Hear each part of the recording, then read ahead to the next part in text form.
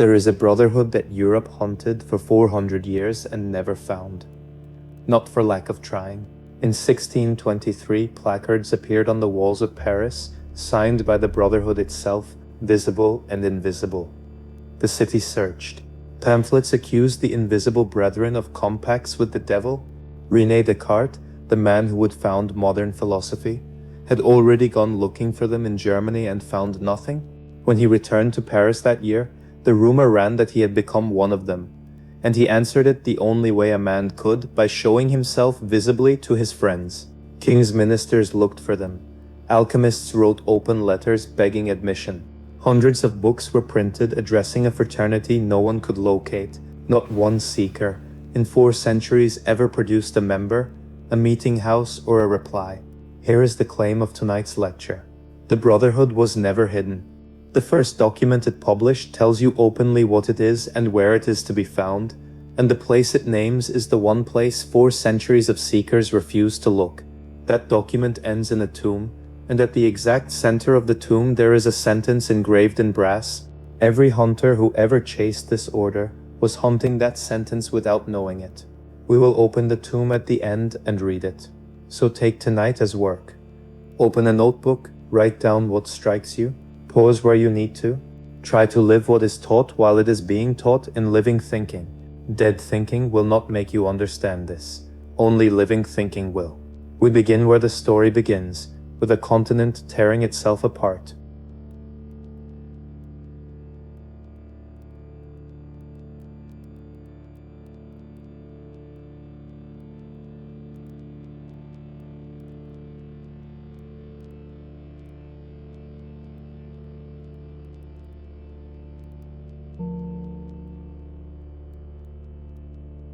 Hold the year 1614 and hold what Europe was inside it. The Reformation was a century old, and what it had promised, a cleansed church, a renewed man, had hardened into armed camps. Christendom was split into parties, and the parties were arming. Within 4 years, the 30 Years' War would begin, and before it ended, a third of the German lands would be dead, and the knowledge of the age was splitting the same way. The old picture of the world was coming apart. In 1604, a new star flared in the constellation of the Serpent Bearer, bright enough to be seen at noon, and the men watching it could no longer agree on what the heavens were. The astronomers said the sky itself was changing. The theologians said the change was a herald, and neither could say of what. Learning multiplied, certainty dissolved. Every year the presses poured out books claiming the secret of nature, the stone of the philosophers, the medicine of metals, and every year the secret receded further behind the noise. There has scarcely been a moment in history when so many men were so certain that something enormous was about to be revealed, and so unable to say what it was. A man of that generation stood between a church that had split and a science that had not yet arrived, and both of them claimed his soul. What such a man wants, what you would want, what any human being wants when every visible authority is at war, is a knowledge that does not argue. A wisdom held somewhere whole. Into that hunger, from a print shop in the German city of Kassel, came a small anonymous pamphlet. It claimed that the wisdom existed, that it was held by a fraternity, and that the fraternity was now, for the first time, opening its doors. It was called the Fama Fraternitatis, the fame of the brotherhood, and it set Europe on fire.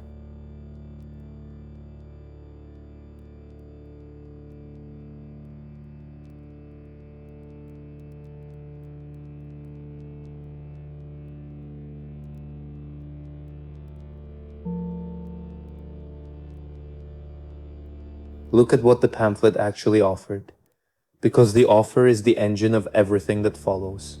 The Fama announced the Fraternity of the Rose Cross, a small brotherhood founded by a German father. It called only CRC, holding a knowledge in which all the warring sciences and all the warring confessions were one. It proposed nothing less than the reformation of the whole world, and it invited every learned man in Europe to answer. Answer us, and we'll show ourselves. That is a door left open, and Europe walked into it by the hundred. In the 6 years after Kassel, the presses of the continent produced hundreds of printed answers, petitions, confessions of faith, open letters from physicians and princes' counselors, men publishing their qualifications, the way a suitor publishes his estate. Michael Meyer, physician to the emperor himself, defended the brotherhood in book after book. Robert Flood, one of the most learned men in England, wrote an apology for them without ever claiming to have met one. A second manifesto followed the first, the Confessio in 1615, in Latin now, for the scholars, and the third book followed the second, an initiation romance called The Chemical Wedding of Christian Rosenkreutz, in which a candidate travels 7 days through trials, weddings, executions, and resurrections in a castle of wonders. 3 books in 3 years, and no author's name on any of them. The fraternity promised more than knowledge. It promised that the age itself was pregnant. Now hold the fact that no one at the time could hold. Of all the hundreds who answered, publicly, in print, by name, not one received a reply. No letter, no visit, no admission. The door the Fama opened never opened. You may read that as fraud, and the scholars largely do. Read it first the way a student reads, as data. A fraternity announces itself to the world, invites the world to answer, and then answers no one. Either the invitation was empty, or the answer it asked for was not the kind that can be printed. Hold that, it is the first mark of the pattern.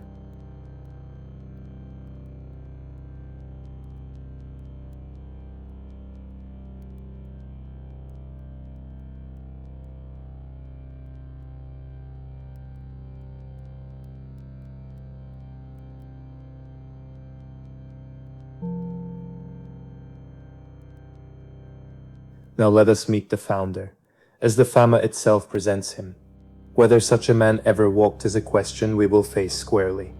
First, hear the story the document tells, because every detail of it is doing work. CRC is a German born poor of noble blood. At 5 years old, he is placed in a cloister. Still a boy, he attaches himself to a monk bound for the Holy Land, for Jerusalem. The monk dies on the way, in Cyprus, and here the story turns. The boy does not go home, and he does not reach Jerusalem. He goes east to Damascus, and there he hears of a city of wise men in Arabia, called Damcar. 16 years old, and the wise men of a city he has never seen call him by his name. They had long expected him. In Damcar he learns, he translates a book the Fama calls only the Book M, the Book of the World, into Latin. From there, Egypt. From Egypt, the city of Fez, where scholars share their knowledge as the divided doctors of Europe will not. The Fama pauses its own story here, to make the point aloud. The wise agree, only the learned quarrel. Then he comes home, offers the learning of the East to the schools of Europe, and Europe laughs at him, so he stops offering. He builds a house. The Fama names it the House of the Holy Spirit, takes first 3 brothers, then 8, heals the sick without payment, and binds the brotherhood to 6 agreements. Mark the 6th. A brotherhood whose first rule is mercy without price, whose habit is the dress of whatever country holds them, and whose 6th rule is a century of silence. The 8 disperse across the world, and the father, CR, dies at 106, and even his own brethren, the Fama says, are not told where he is buried. A boy who set out for the earthly Jerusalem was turned aside, and received in a city that expected him. A man who came back carrying the Book of the World was refused by the learned, and vanished into a hidden house. If that reads to you like more than history, hold the reading. The document itself will confirm it before we are done.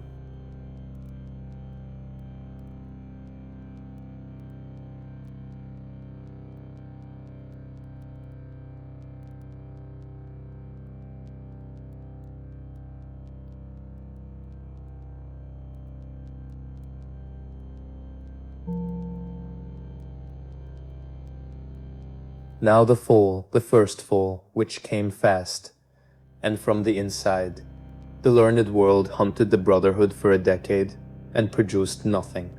By 1617, even the brotherhood's greatest defender, the imperial physician Meyer, had to title his defense for the Times, Silentium post clamores, the silence after the shouting. That is the whole first decade in 3 Latin words. Europe shouted, the fraternity was silent, and then the laughter began. Because a candidate for authorship was found, a young Lutheran theologian of Tübingen named Johann Valentin Andrehai had, by his own admission, written the 3rd Rosicrucian book, The Chemical Wedding, as a young man. and late in life in his memoirs he reached for one Latin word to describe it: ludibrium, a jest, a play. The scholars of our own day have largely followed him. The manifestos, they conclude, came out of Andre I's circle at Tübingen, earnest young men dreaming of a general reformation, dressing the dream in a fable. And the honest verdict of history, stated plainly, is this: there is no evidence, none, that any brotherhood of the Rose Cross existed before the pamphlets were printed. No house has been found, no tomb has been opened, no brother was ever produced. The hunters were chasing a book. Sit with the verdict, because this channel does not argue with documents. The brotherhood, as an organization of men holding meetings before 1614, the record cannot support it. If that were the whole account, tonight would end here, a story about a hoax that fooled a desperate continent. But now weigh what the verdict cannot carry. Jests die young. This one was answered by hundreds of books in 6 years, hunted through Paris in 1623, sought by Descartes, defended by the physicians of kings, and then when the laughter had done its work and the whole affair lay dead, it rose. Within living memory of Andre I, men began to found the brotherhood he was said to have invented, and they did not stop founding it for 300 years. A joke does not survive its punchline by 4 centuries. Something in those pamphlets was never a jest at all, and the men who laughed never found it, because it is buried where the Fama buried it, in the tomb.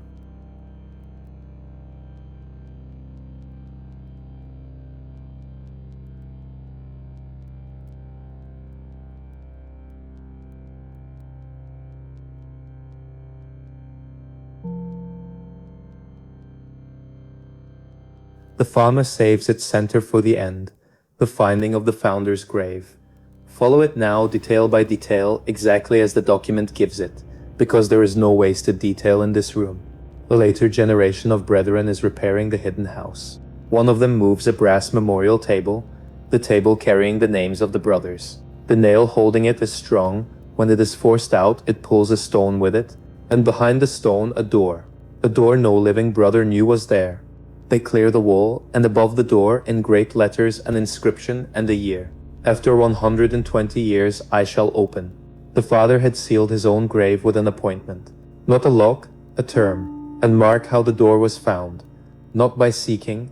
They were tending the memorial of the brothers, and the door opened out of that work, unlooked for. In the morning they open it. Inside is a vault of 7 sides, every side 5 feet broad, 8 feet high. And then the detail that has haunted every reader for 400 years, another sun. A light that never came from outside, burning in the ceiling of a sealed room. Beneath it, in the middle of the floor, instead of a tombstone, a round altar covered with a plate of brass. On the plate, around the first circle, an engraving we will read at the end, and inside it 4 figures in circles, each with its own sentence. Nowhere a vacuum, the yoke of the law, the liberty of the gospel, the untouched glory of God. Hold those 4, we will need them. Every wall of the 7 is parted into 10 squares, every square with its own figures and sentences. Every wall has a door, and behind the doors lie chests, the brotherhood's books, instruments of every kind, burning lamps, and the Famase's wonderful artificial songs. A sealed room that carries its own light, its own library, and its own music. And then the document states in one sentence what the entire room is for. Read that sentence twice. The founder expected the brotherhood to come to nothing.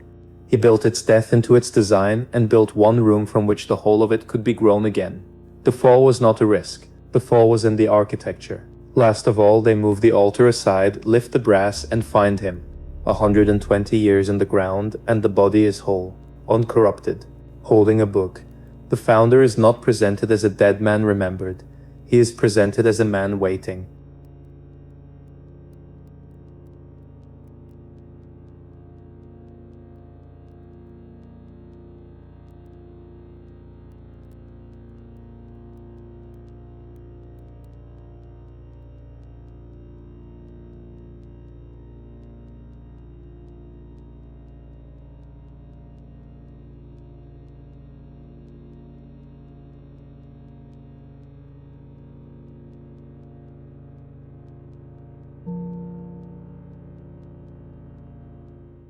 Now let us do what 4 centuries of hunters did not do, and what none of the tellings of this story do now. Let us take the manifesto at its word, every detail, and read the room.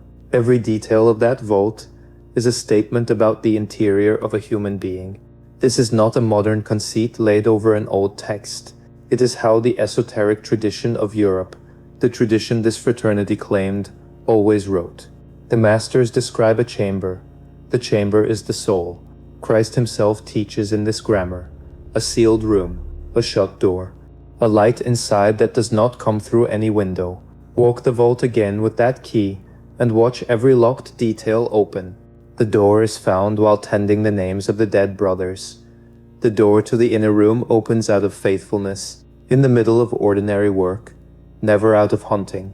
Notice that this is also true of you, and of every human being. No one has ever forced that door.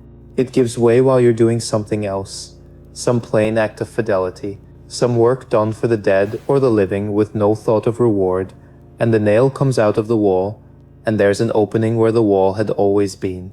Every man who searched Paris for the invisibles was walking away from the only door there is. The door bears a term. After 120 years, I shall open. The inner door has a time, and the time is not chosen by the seeker. Christ says it without an image, not with observation. You cannot surveil your way in. Descartes could not find it with all of Germany before him, because it isn't in Germany. And the sun in the ceiling, the light that never entered from outside, which had learned from the sun. Jacob Boehme, a shoemaker writing in these very years, a few days' ride from the presses that printed the Fama, spent his whole life on that one point. The light a man lives by is born inside him, or it isn't his.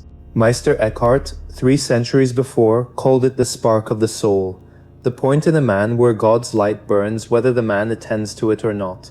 The vault's sun is that spark, drawn in brass and stone, and if any doubt remains about what the room is, the altar itself removes it. The founder engraved his own dedication on the brass, and it is not the epitaph of a man in the ground. I have made this compendium of the universe my sepulchre.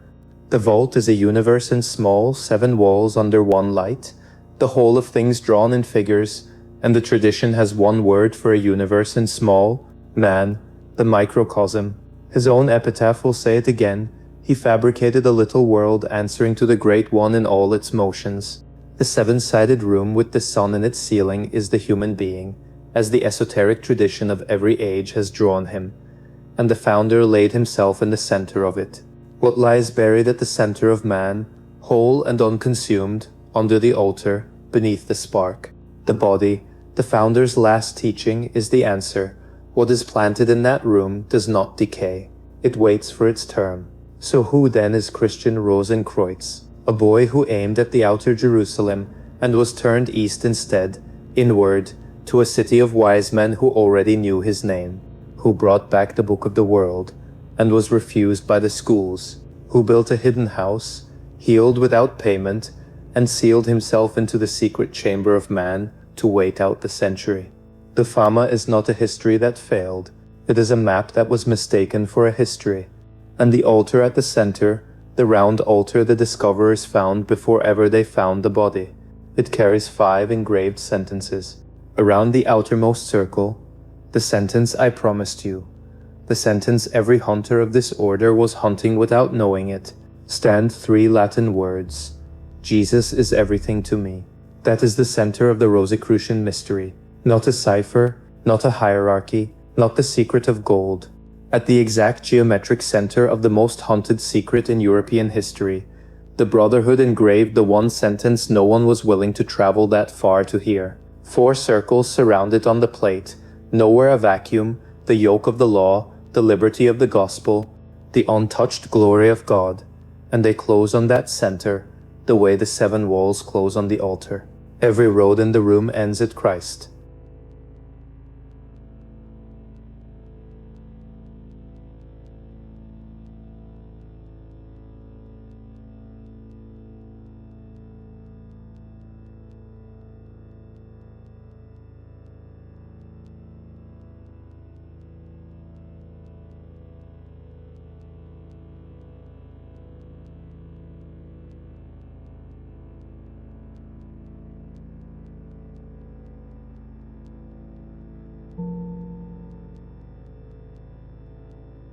If the vault is in man, then a prediction follows, and it's a hard one. Every attempt to build the brotherhood in the world, in charters, in lodges, in membership rolls, must fall. The thing cannot be incorporated. Test the prediction against 3 centuries, because history has run this experiment for us over and over. The generation of the manifestos themselves, hundreds answer, wars begin, the tubing and dreamers scatter, and by mid-century the fraternity exists only as a rumor and an accusation. First rise, first fall.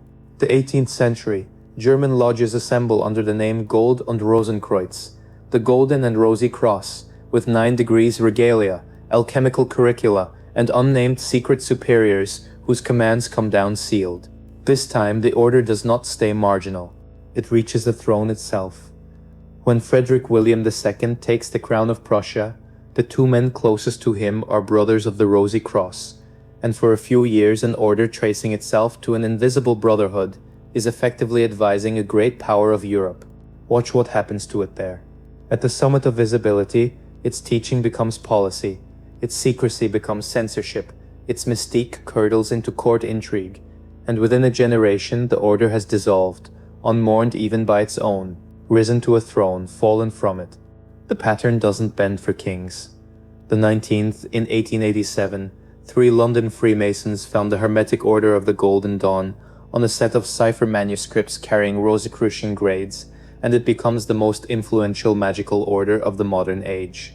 The poet Yeats joins it.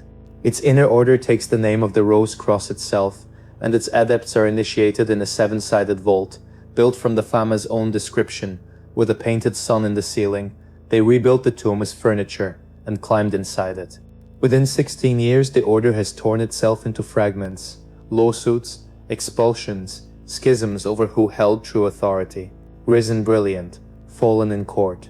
The 20th, a New York advertising man founds AMORC, the ancient mystical order Rosicrucian, in 1915, and the Invisible Brotherhood becomes a mail order course with a coupon in the back pages of magazines. The Confessio, the Second Manifesto, had already written the epitaph of every one of these orders. 2 years before the first of them was dreamed of. Every rise, the same rise, the teaching takes a body. Every fall, the same fall. The body is mistaken for the teaching, and the men inside fight for the body. Not one of these orders fell because the teaching failed.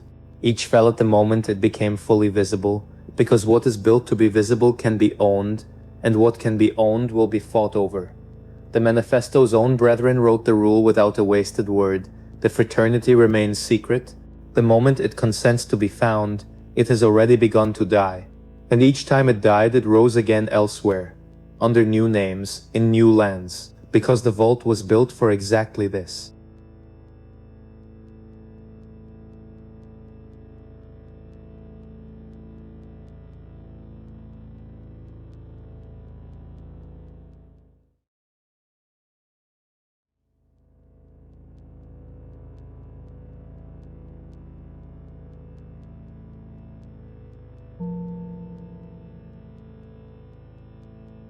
There is a sentence of Christ that states the whole 300-year pattern, rise, fall, and return, as a law of the seed, unless it die.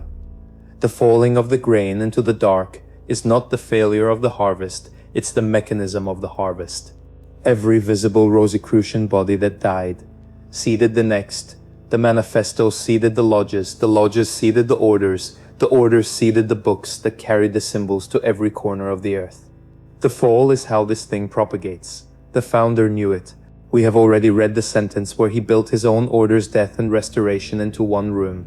And now open the parchment in the dead founder's hands, the book called T, which the brethren prized next to the Bible. It ends with his epitaph, and the epitaph begins with 4 Latin words: a grain planted in the breast of Jesus. The founder's whole biography, reduced by his own brethren to one image, and it is the image from the Gospel of John. The man is the grain of wheat. The dying that looks like an ending is a planting, and the ground he is planted in is named, not Germany, not the vault, not history, the breast of Christ. The epitaph goes on. Hear how it describes the death itself. Not by disease. He never suffered one, and never let one near another man. Driven out by nothing, the epitaph says, he yielded up his illumined soul to God, his most faithful creator, the Spirit of God, calling it forth among the embraces and last kisses of his brethren, and then hidden here by his own for 120 years. Not buried, hidden. A seed is not buried either. A seed is hidden by someone who intends a harvest. The rose on the cross, the symbol the whole order is named for, says nothing else. The cross is the dying, the rose is what the dying brings forth. A brotherhood named for death and blossoming, built its history in the same shape. It blooms, it is cut down, it blooms again. What you have watched tonight is not the biography of an institution that kept failing. It is the signature of a seed.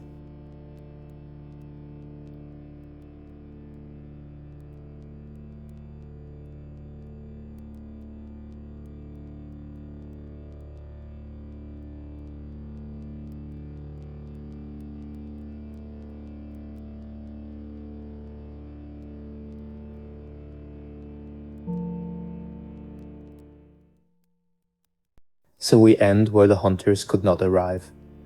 Was there ever a brotherhood of the Rose Cross?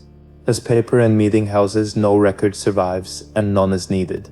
As the thing the Fama actually describes, a fellowship of those in whom the inner door has opened, unknown to each other's neighbors, dressed in the custom of every country, meeting in one house not built with hands.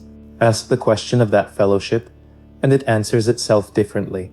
Christianity has always known an invisible communion.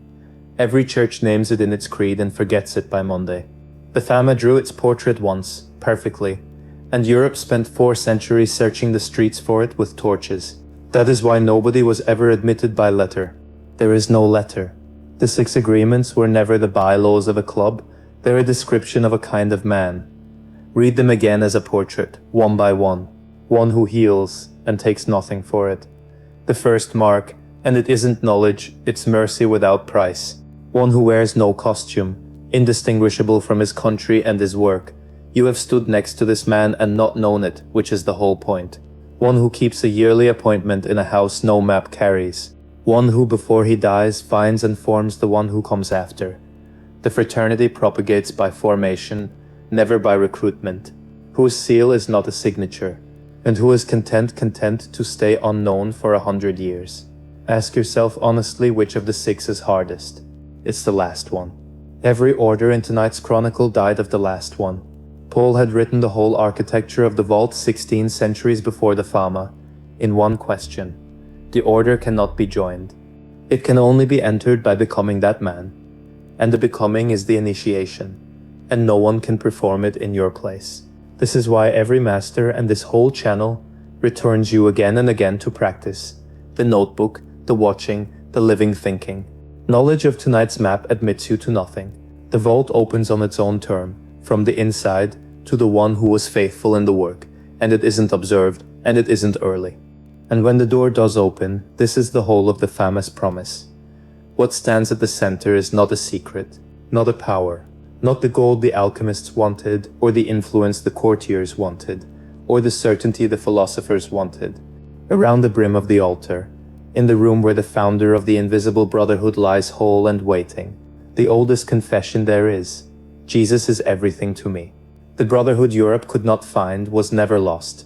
It is on the other side of the one door no one else can open for you. The rose blooms where the grain consents to full. Take the week for one exercise. Each day, in the evening, enter your chamber and shut the door. Christ's words taken literally, 10 minutes, no book, no voice. Tend the names as the brethren did of those to whom you owe your becoming. And watch for the nail that comes loose in the wool. Post centum viginti annos patebo. The door keeps its own calendar. Good night.